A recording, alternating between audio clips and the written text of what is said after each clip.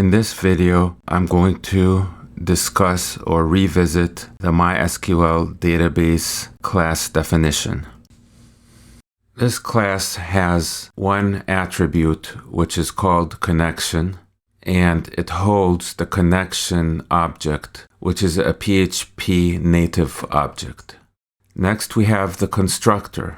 This method gets called when the term new is used to instantiate an object of class MySQL database. The only thing that this constructor does is it calls the method called open connection. I'm not sure why we just didn't have the code for opening a connection right here. Why did it have to be a separate method? So all that the method called open connection does is it sets the value of the connection attribute, and afterwards, if there's an error, it will stop the script and display some text, which is helpful. Close connection uses the MySQLi command called MySQLi close, and it unsets the connection attribute. Next, we have the method called query, which takes an SQL string, and all it does is return a result set. It also will call this method, which will kill the script if a result set was not returned by this MySQLi query command.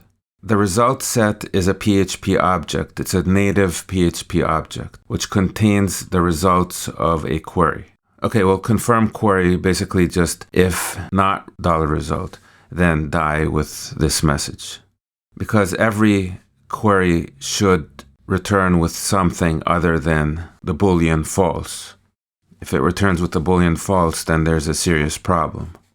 The method escape value takes a string and applies the PHP function MySQLi real escape string. But you will notice that this function takes two arguments. One is the connection. The other is the string, and it returns the escaped string. So in order for MySQLi real escape string to do its work, it has to know what the connection is. Next, we have what are termed database neutral functions. That just means that they are using a wrapper around the MySQLi functions so that the name of the function doesn't have the word MySQL in it. You will notice that there was an effort made that none of the methods have the word MySQL or MySQLi. So this whole class is kind of like a wrapper for the MySQLi set of functions or the class. Because actually these can be used in an object-oriented way, these commands here. So next we have fetch array, which is just a wrapper for this one. Fetch array takes the result set, which was mentioned earlier, and returns an array. So this returns an array, one row of the result set object. And every time you run this command, it gets the next row from the result set. Next we have num rows, result set. Returns the number of rows in result set.